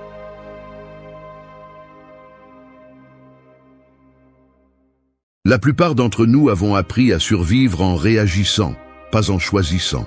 On nous a appris à supporter le poids des circonstances, comme si endurer était équivalent à vivre. Mais il y a un coup caché dans cette résistance automatique. La fracture silencieuse du caractère, l'usure psychologique d'essayer de contrôler tout sauf ce qui compte vraiment. Le bien-être, bien qu'annoncé comme un prix, n'est pas un trophée que l'on atteint d'un coup, ni une promesse vide des livres de développement personnel. C'est une pratique quotidienne, une discipline mentale qui ne fait pas de concessions et exige une honnêteté brutale envers soi-même. Les anciens stoïciens n'ont pas écrit pour avoir l'air sage, mais parce qu'ils savaient ce qu'était la défaite, la perte et l'impuissance. Leur héritage n'est pas une recette magique, mais un entraînement. Maîtriser l'attitude, pas l'environnement. Répondre avec clarté, pas avec des impulsions. Aujourd'hui, au milieu du bruit et de la pression constante, il est facile de céder au chaos intérieur, de chercher des coupables, de se distraire avec des excuses. Ce qui est difficile, et ce qui fait la différence, c'est de s'arrêter, d'observer et de choisir avec rigueur mentale. Tu ne peux pas contrôler le monde, tu peux contrôler ton esprit. C'est la ligne qui sépare ceux qui répètent des schémas de ceux qui prennent le contrôle. Ici, nous ne parlons pas de perfection ni de promesses vides, mais d'habitudes que l'on peut pratiquer.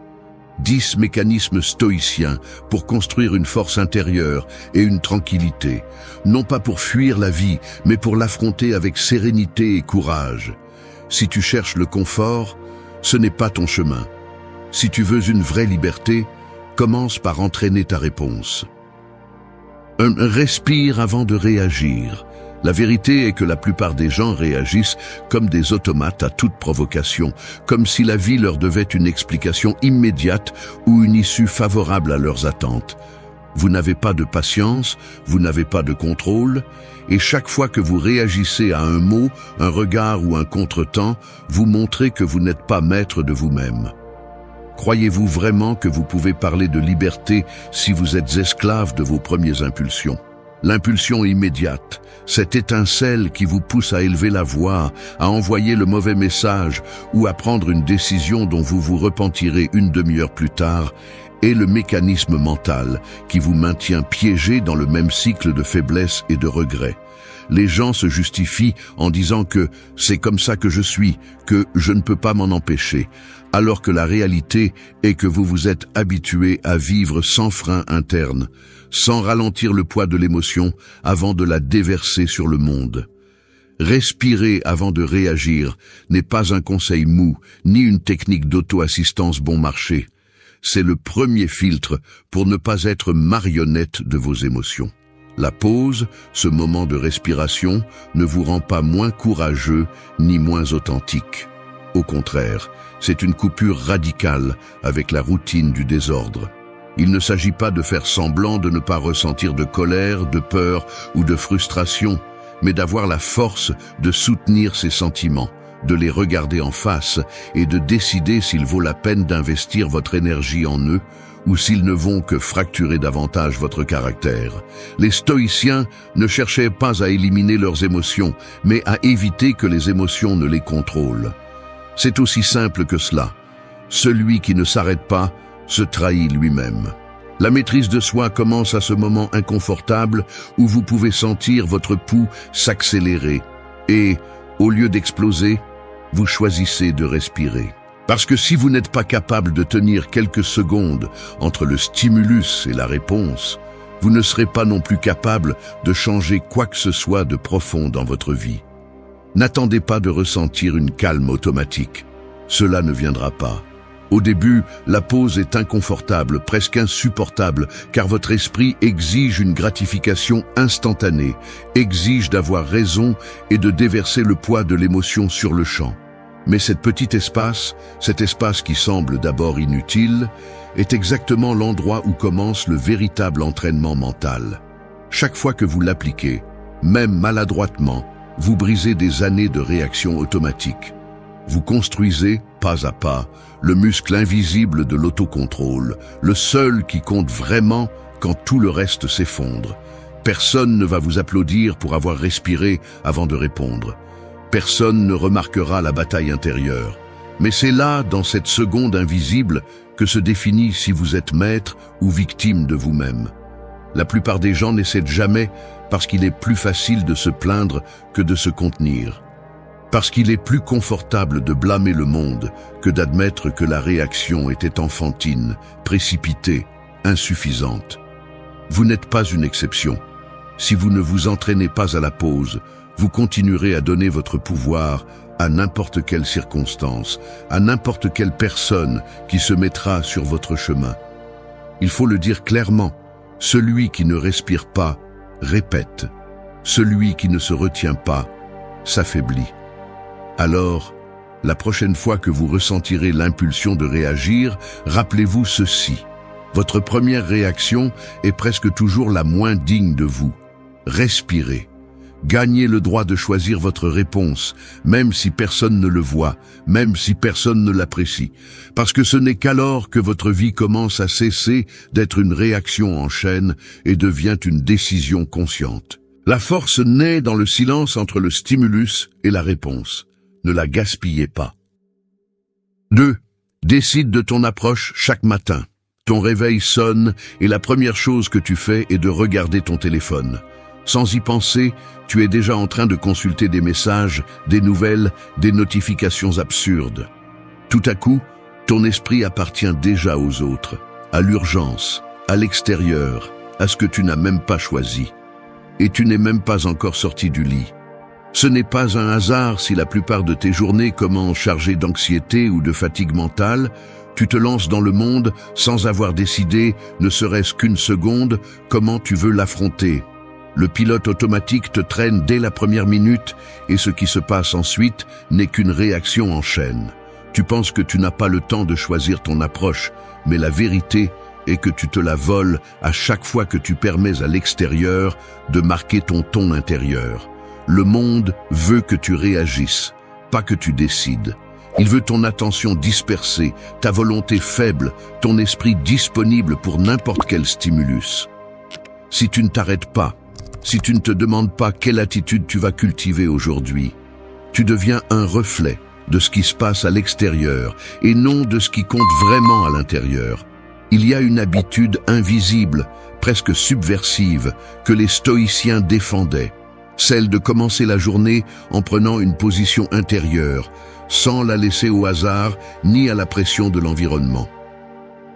Marc Aurèle écrivait dans ses méditations, avant de faire face à l'Empire et aux difficultés quotidiennes, en se rappelant quel type de personne il voulait être et comment il réagirait face à l'ingratitude, à l'injustice, à la difficulté.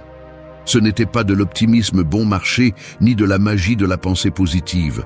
C'était une déclaration d'intention contre le chaos. Cela signifie s'arrêter avant que le bruit extérieur ne t'atteigne et te demander, avec une brutalité honnête, d'où vas-tu vivre cette journée? Il ne s'agit pas de prédire ce qui va se passer, ni d'éviter le stress, mais de choisir, en toute conscience, le filtre à travers lequel tu vas regarder ce qui se produit. La différence entre une journée gâchée et une journée vécue se trouve dans ces 30 secondes de clarté avant que tout commence. L'esprit humain, par défaut, recherche le confort et la familiarité. Il te maintient dans les mêmes schémas de préoccupation, dans les mêmes plaintes, dans la même sensation que tout te dépasse. Le travail du matin n'est pas de te motiver artificiellement ni de te remplir de phrases vides. C'est de regarder de front les défis, la fatigue, l'incertitude et de décider si tu vas laisser cela te conditionner ou si tu vas exercer le droit inconfortable de choisir ta perspective. Personne ne peut le faire à ta place. Tu n'as pas besoin de rituels complexes, ni d'une heure de méditation, ni d'une liste interminable d'objectifs. Tu as besoin de la conviction, même silencieuse, que ton état mental n'est pas à vendre chaque fois qu'un nouveau jour se lève. Ce que tu décides au réveil devient la racine de toutes tes réponses. Ce que tu ne décides pas finit par être décidé par l'inertie de tes émotions et par la pression de l'environnement. L'approche matinale est un investissement minimal qui rapporte des dividendes toute la journée. Il y a des jours où la lassitude pèse 3 fois plus et tu ne veux rien choisir. C'est justement là que se forge la fermeté intérieure. Il ne s'agit pas d'éliminer la difficulté, mais de la regarder sans fioriture et de décider comment tu vas te comporter indépendamment d'elle. Le monde peut te donner des raisons de ressentiment ou d'apathie, mais tu peux te donner des raisons de clarté et de dignité. C'est ainsi que commence le véritable changement. Non pas quand la vie s'améliore, mais quand tu améliores la façon dont tu l'affrontes. Ce n'est pas de l'auto-assistance, c'est de l'auto-affirmation. Décide de ton approche avant que le monde ne décide pour toi. L'attitude ne s'improvise pas, elle s'entraîne à l'aube. Le jour où tu choisis comment tu vas regarder la vie est le jour où tu reprends le contrôle que tu avais offert. 3. Sois maître de ton attention. Je te l'avoue sans détour, la majeure partie de ma vie, j'ai eu l'impression que mon attention ne m'appartenait pas. C'est inconfortable de le reconnaître, mais la réalité est brutale. Il suffit d'observer comment, minute après minute, l'esprit s'immisce dans des conversations inutiles, ressasse des griefs passés, s'obsède sur des détails sans importance ou se perd dans des distractions qui n'apportent rien. Ce n'est pas seulement le bombardement de notifications ou les réseaux sociaux, c'est cette tendance presque addictive à abandonner l'important pour l'immédiat, l'essentiel pour le superficiel. L'attention, qui devrait être ton outil le plus précieux, finit par devenir un terrain de manipulation et de gaspillage. Ce n'est pas un hasard. Le monde moderne a transformé la dispersion en norme et la concentration en rareté. Mais la racine est plus profonde. Ce n'est pas seulement que l'environnement te vole ton attention, c'est que tu l'abandonnes toi-même sans trop lutter. Il existe un mécanisme mental qui s'active chaque fois que tu choisis de t'anesthésier avec des stimuli faciles, chaque fois que tu remets à plus tard une tâche inconfortable ou que tu permets à d'autres de définir tes priorités. Le résultat est une dette silencieuse. Tu perds la capacité de diriger ta vie parce que tu n'entraînes pas la discipline de te concentrer sur ce qui compte vraiment. Si tu analyses tes journées avec honnêteté, tu verras des schémas clairs. L'attention ne se disperse pas sans raison. Elle se disperse parce qu'il est douloureux de soutenir l'inconfort, parce qu'il est difficile de regarder en face ce qui exige un effort soutenu. Il est plus simple de sauter d'une distraction à une autre que de faire face au travail réel, à la conversation en attente, au silence inconfortable qui oblige à penser. Le problème est cumulatif. Chaque fois que tu renonces à décider sur quoi te concentrer, tu renforces cette fracture interne qui te rend de moins en moins capable de soutenir un but propre. L'environnement le sait et en profite, mais la première défaillance est personnelle. Le contrôle de ton attention n'est pas un luxe ni un truc de productivité. C'est la base de tout changement profond. À ce à quoi tu prêtes attention, tu donnes du pouvoir. Si ton attention est fragmentée, ta vie le sera aussi. Voici le filtre qui déforme ton expérience. Tu laisses l'extérieur dicter ton état intérieur et ensuite tu te demandes pourquoi tu n'as pas de paix ou de volonté. Les stoïciens l'ont compris bien avant l'ère de l'addiction numérique.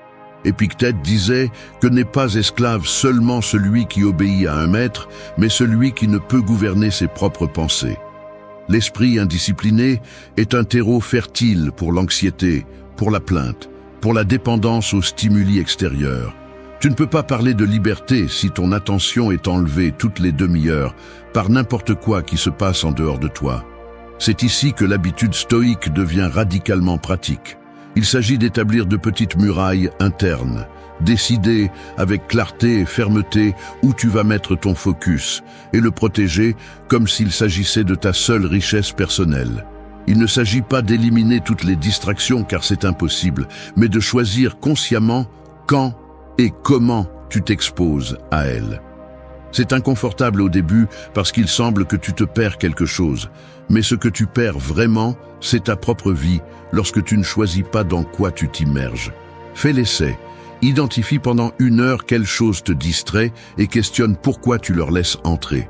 Tu verras que la plupart sont des habitudes automatiques, des routines mentales que tu ne remets jamais en question. Changer cela exige une décision inconfortable, presque douloureuse.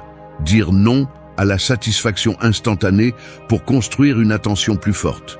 C'est ça la véritable autodiscipline. Soutenir l'inconfort de choisir le focus lorsque tout conspira pour te disperser. Un esprit dispersé est une vie en pilote automatique. Un esprit concentré est une vie délibérée. Tu peux choisir à quoi tu penses, mais tu peux aussi refuser de donner ton attention pour rien. Le contrôle de l'attention est l'entraînement invisible du caractère. Si tu ne la diriges pas, quelqu'un d'autre le fera pour toi. Personne ne peut te voler ce que tu ne donnes pas. 4. Libère-toi du résultat. Une main serre le dé avant de le lancer, les articulations tendues, la respiration retenue. Pendant un instant, tout le corps se prépare à l'issue. La rotation, le bruit sec contre la table, la chute finale du sort. Mais dès que le dé roule, dès qu'il quitte les doigts, le contrôle disparaît. Ce qui se passe ensuite n'est plus entre tes mains, même si toute ta tension veut s'accrocher au résultat. C'est ainsi que fonctionne l'esprit lorsqu'il s'obsède avec ce qu'il ne peut pas garantir. Tu presses, tu forces, tu t'épuises, comme si presser plus fort pouvait influencer ce qui est hors de ta portée. La vie est pleine de ces dés lancés. Une conversation que tu as préparée, un projet dans lequel tu as mis ton âme, une relation dans laquelle tu as investi des années. Tu fais ce que tu peux, tu donnes le meilleur de toi-même, mais au fond, tu veux une garantie que cela se passera comme tu l'espères. Tu vis enchaîné à l'issue, et cette chaîne est invisible, mais elle pèse. Elle pèse dans la mâchoire serrée, dans les épaules chargées, dans l'anxiété qui t'accompagne comme une dette qui ne se paie jamais. L'habitude stoïque de se libérer du résultat n'est pas de la résignation, c'est de l'intelligence émotionnelle appliquée dans son état pur. Il s'agit d'entraîner le muscle de lâcher prise sur ce qui ne dépend pas de toi, avec la même discipline que celle avec laquelle tu choisis les pensées que tu vas nourrir. Regarde tes mains après avoir fait ce qu'il fallait. Si tu continues à t'accrocher au résultat, tu perds de l'énergie et de la paix mentale. Si tu lâches prise, tu retrouves un espace intérieur que personne ne peut te ravir. Observe-toi lorsque tu termines une tâche. Est-ce que tu continues à passer en revue chaque possible échec, chaque réaction des autres, chaque futur hypothétique? C'est vivre hypothéqué au résultat. Et chaque jour que tu le fais, tu remets ta sérénité à des variables que tu ne pourras jamais contrôler totalement. Il ne s'agit pas de cesser de t'efforcer, ni de revenir au cynisme de « je me fiche de tout ». Il s'agit d'une maturité brutale. Tu agis, tu t'investis, mais tu te détaches du désir que le monde te rende exactement ce que tu attends. Les stoïciens appelaient cela ataraxie, l'imperturbabilité face à l'incertain. Tu la ressens quand, après avoir fait ce qu'il fallait, tu peux cesser de ruminer, cesser de vérifier ton téléphone, cesser de regarder du coin de l'œil la réaction des autres. C'est ce moment où, même si l'issue n'est pas parfaite, tu choisis de ne pas te punir, ni de te célébrer excessivement. Parce que ni les éloges, ni l'échec ne te définissent vraiment. Seulement ce que tu as fait avec ce qui dépendait de toi. Le reste, ce sont des dés dans les airs. L'entraînement commence dans le petit. Tu remets un rapport, tu passes un appel difficile, tu donnes un avis sincère. Ta tâche n'est pas de garantir la réponse, mais d'être impeccable dans ton action. Chaque fois que tu lâches l'obsession du résultat, tu deviens un peu plus libre. C'est une habitude inconfortable parce que l'esprit veut contrôler chaque détail. Il veut de la certitude. Il veut une récompense immédiate pour ne pas se sentir vulnérable. Mais la liberté intérieure naît là, dans le renoncement volontaire à l'illusion de contrôle. Tu peux te briser de l'intérieur chaque fois que le monde ne suit pas ton scénario, ou tu peux apprendre à lâcher le scénario et à répondre avec dignité, sans te perdre dans la frustration. Tu n'es pas tes succès ni tes échecs, tu es la qualité de ce que tu donnes. Le reste n'est pas ta propriété, même si cela fait mal. Personne ne peut vivre en paix tant qu'il est dépendant des applaudissements ou du rejet. Seul celui qui lâche le résultat peut vraiment se reposer. Fais ce qu'il faut, lâche le reste. Le poids de ce que tu ne contrôles pas ne mérite pas ton énergie. La liberté se ressent légère. 5. Remercie avec les pieds sur terre. Tu ne mérites rien simplement parce que tu existes. C'est la vérité que personne ne veut entendre et que presque tout le monde esquive avec des discours d'auto-indulgence et de gratitude creuse. On t'a vendu le mensonge selon lequel remercier consiste à répéter des phrases positives ou à te forcer à te sentir bien pour tout ce que tu as, comme si cela suffisait à changer ta réalité. Mais la gratitude n'est pas une anesthésie émotionnelle, ni une technique bon marché pour masquer tes frustrations. C'est de la lucidité, pas du réconfort. Remercier avec les pieds sur terre signifie regarder le solde réel de ta vie, reconnaître ce qui est sans l'embellir, et accepter aussi ce qui fait mal, ce qui manque, et ce qui ne se réparera pas simplement parce que tu le désires.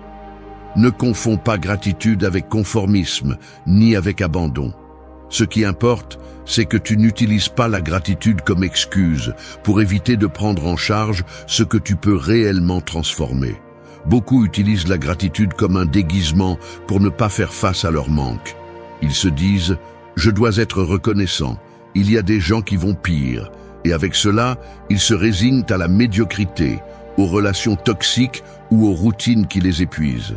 Ce n'est pas de la force, c'est de la lâcheté camouflée. La véritable gratitude exige une honnêteté brutale. Voir le bon sans nier le mauvais, apprécier ce que tu as sans fermer les yeux sur ce qu'il te reste à construire. Si tu remercies seulement pour te sentir mieux, tu te mens. Si tu remercies pour éviter l'effort et justifier le statu quo, ce que tu fais, c'est te fragiliser. La gratitude lucide est inconfortable car elle t'oblige à reconnaître que tout peut se perdre, que rien n'est garanti et que ce que tu as aujourd'hui est fragile, temporaire et souvent immérité. Tu n'as pas tout gagné. Tout ne t'a pas été donné par justice. Il est arrogant de supposer que tu mérites plus simplement parce que tu respires. La vie ne négocie pas avec tes attentes. Sénèque l'a dit clairement. Ce n'est pas heureux qui a le plus, mais qui a le moins besoin. Mais n'utilise pas cette phrase comme un bouclier pour ne pas aspirer à plus, mais comme un rappel de ce que tu contrôles réellement peu. La gratitude stoïque est un exercice de réalité, pas de fantaisie. Elle ne te demande pas de feindre la joie. Elle exige que tu vois ta vie telle qu'elle est, sans embellissement ni drame. Si aujourd'hui tu as la santé, la stabilité ou de l'affection, comprends que cela peut changer à tout moment. Ne t'accroche pas, ne réagis pas avec l'arrogance de croire que le monde te doit une continuité. La gratitude n'est pas passive, c'est la base pour agir avec plus de clarté, pas avec moins d'ambition. Remercier n'est pas se rendre, c'est se préparer à ce qui vient tout en tirant la valeur de ce que tu as aujourd'hui. Si tu te contentes de remercier automatiquement, sans réfléchir, tu es aussi irresponsable que celui qui ne fait que se plaindre. Ce sont deux façons de refuser de grandir. La véritable gratitude est une position active. Tu reconnais ce qui est et tu l'utilises comme point de départ, pas comme excuse pour rester immobile. Tu remercies le bon, tu l'acceptes, puis tu te lèves pour travailler sur ce qui manque. Tu ne dois pas à la vie une gratitude servile, tu te dois à toi-même l'obligation de ne pas gaspiller ce que tu as. C'est cela la dignité, c'est cela le courage. Arrête d'utiliser la gratitude comme un analgésique. Utilise-la comme un diagnostic. Fais le bilan sans craindre l'inconfort. Ce que tu as aujourd'hui, tu peux le perdre demain. Ce que tu ressens aujourd'hui, tu peux le transformer si tu cesses de te mentir. Personne ne va te reconnaître pour remercier en silence, mais c'est là que se forge la véritable force, en regardant ce que tu as et en décidant malgré tout d'aller chercher plus. Ne confonds pas la gratitude avec l'auto-illusion. Remercie, mais ne t'endors jamais. La gratitude lucide est le point de départ, pas la fin du chemin. 6. Fais des pauses pour retrouver la clarté. La vérité est que la plupart des gens ne s'arrêtent jamais assez pour voir ce qui leur arrive vraiment. Ils vivent poussés par la hâte, par l'urgence de faire, de résoudre, d'être partout, convaincus que s'ils s'arrêtent ne serait-ce qu'une minute, ils perdent le contrôle ou prennent du retard. Ce qu'ils ne voient pas, c'est que cette impulsion constante d'avancer, d'accumuler des heures d'activité et de répondre à chaque demande est exactement ce qui leur vole la clarté et le calme qu'ils recherchent tant. Il n'y a pas de force intérieure possible si tu ne te donnes jamais la permission de t'arrêter. Celui qui ne sait pas s'arrêter ne sait pas non plus voir. L'esprit saturé commence à déformer la réalité. Il exagère des problèmes mineurs, perd le sens de l'important, s'étouffe dans des détails sans poids. Sans pause, tu deviens la victime de ton propre désordre mental. Ce n'est pas que la vie soit trop difficile, c'est que tu la rends insupportable en te refusant le droit de respirer et de regarder de l'extérieur ce qui se passe à l'intérieur de toi. Si tu es honnête, tu reconnaîtras qu'il y a des moments où tu continues à faire des choses juste parce que tu ne supportes pas le vide que laisse le silence. Il y a une peur silencieuse de te retrouver seul avec tes pensées, de faire face à ce que tu ressens vraiment lorsque l'exigence diminue et que le bruit s'estompe. Fuir le repos est une façon de fuir soi-même. Mais chaque fois que tu fuis la pause, l'esprit s'alourdit d'une dette invisible. Émotions non traitées, jugements que tu ne remets jamais en question, tensions qui s'accumulent jusqu'à intoxiquer ton caractère. Tu ne peux pas attendre la clarté si tu ne stoppes jamais le flux. La fatigue mentale est plus dangereuse que la fatigue physique, car elle ne se remarque pas jusqu'à ce que tu commences à mal réagir, à voir tout plus sombre, à perdre la perspective et la compassion. Tu n'es pas productif en supportant le rythme. Tu deviens juste plus maladroit et moins lucide chaque fois que tu insistes à ne pas t'arrêter. La pause consciente n'est ni oisiveté ni paresse. C'est un investissement délibéré dans ta propre stabilité. C'est arrêter la marche juste assez pour retrouver de la distance, pour observer le panorama sans la pression de l'urgence. Lorsque tu te donnes cette licence, même pour quelques minutes, le poids mental commence à se relâcher.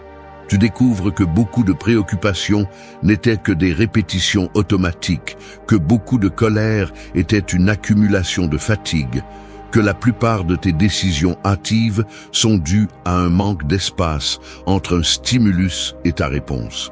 La pause est le filtre le plus efficace pour les distorsions internes. C'est là qu'émerge l'une de ces vérités inconfortables. Celui qui ne s'arrête pas se trompe plus. Celui qui se permet de s'arrêter retrouve le contrôle et la perspective. C'est inconfortable au début parce que l'habitude de l'auto-exigence va te crier de continuer, qu'il y aura bien le temps de se reposer après. Mais le après n'arrive jamais, et ainsi passe la vie, sans clarté, sans pause, sans direction. Tu n'as pas besoin de vacances ni de retraite spirituelle pour retrouver la clarté. Il suffit de t'arrêter vraiment plusieurs fois par jour, même si ce n'est que 5 minutes. Ferme la porte, éteins les notifications, respire et observe comment est ton esprit. Demande-toi, sans anesthésie, est-ce que j'agis depuis la fatigue, depuis la réaction ou depuis la clarté? Rien que cette question, dans cet espace bref d'honnêteté, peut te redonner le pouvoir que tu offres chaque jour à la hâte et au chaos.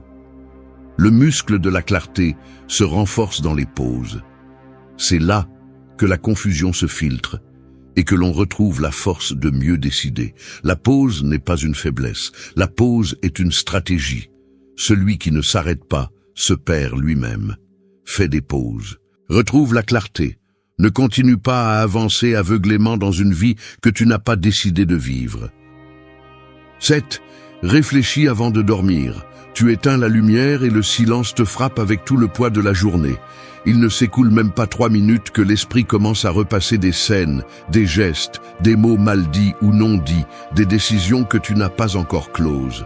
Malgré la fatigue, les images reviennent, la discussion où tu as perdu le contrôle, le message que tu as évité de répondre, la petite trahison de tes propres principes par confort ou peur. Tu n'as pas besoin d'inventer de grands drames pour savoir qu'à la fin de la journée, l'esprit se repose rarement en paix. La plupart se rend simplement au sommeil en repoussant les pensées inconfortables à demain, comme si l'oreiller suffisait à réinitialiser la conscience. Mais la dette s'accumule. Chaque nuit où tu dors sans passer en revue ta journée, tu renforces le cycle d'inconscience et répètes les mêmes erreurs le lendemain. La réflexion nocturne n'est pas un acte mou ni une auto-assistance déguisée en spiritualité. C'est un mécanisme stratégique pour briser la chaîne de la réaction automatique. Si tu ne te demandes pas, avec une brutalité honnête, ce que tu as bien fait, ce que tu as mal fait et ce que tu aurais pu faire mieux, tu te condamnes à répéter le même scénario. Le stoïcisme l'a compris il y a des millénaires.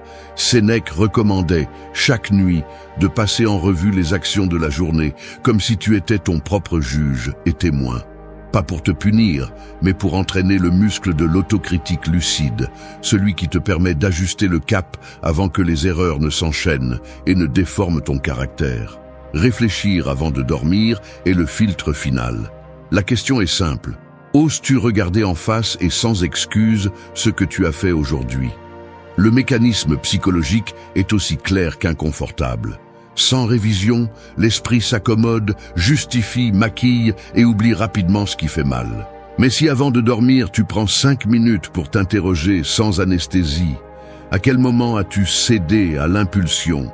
Quand as-tu choisi la paresse? À qui as-tu failli? De quoi peux-tu vraiment être fier? Tu commences à clore des cycles internes et à éviter que la culpabilité, l'auto-illusion ou l'autosatisfaction ne s'enracinent. Il ne s'agit pas de chercher la perfection, mais d'éviter la dérive. L'entraînement nocturne est la dernière défense contre l'inconscience. Si tu ne corriges pas aujourd'hui, demain sera plus difficile. Ce que tu ne révises pas se répète. Cette habitude est inconfortable, car elle t'oblige à soutenir le regard sur ce qui est désagréable. Mais c'est ainsi que tu deviens maître de tes réponses, et non esclave de l'inertie. L'analyse quotidienne te donne la carte réelle de tes avancées et de tes fractures. Personne d'autre ne peut le faire pour toi. Tu peux tromper le monde, mais pas ta conscience quand tu éteins la lumière et que tout le superflu cède. La réflexion n'est pas une punition, c'est une autocorrection. Si tu n'oses pas vraiment voir ta journée, tu n'as pas non plus le droit de réclamer un demain différent. La répétition sans révision est la recette de la médiocrité. La croissance exige de l'inconfort. Peu importe à quel point tu es fatigué, 5 minutes d'honnêteté valent plus que 8 heures de repos inconscient.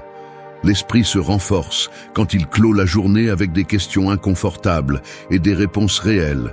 L'excellence s'entraîne dans l'invisible, dans la révision silencieuse avant le sommeil. Ce que tu révises, tu peux le transformer. Ce que tu nies te gouverne. Fais de la clôture de la journée ton exercice le plus stratégique.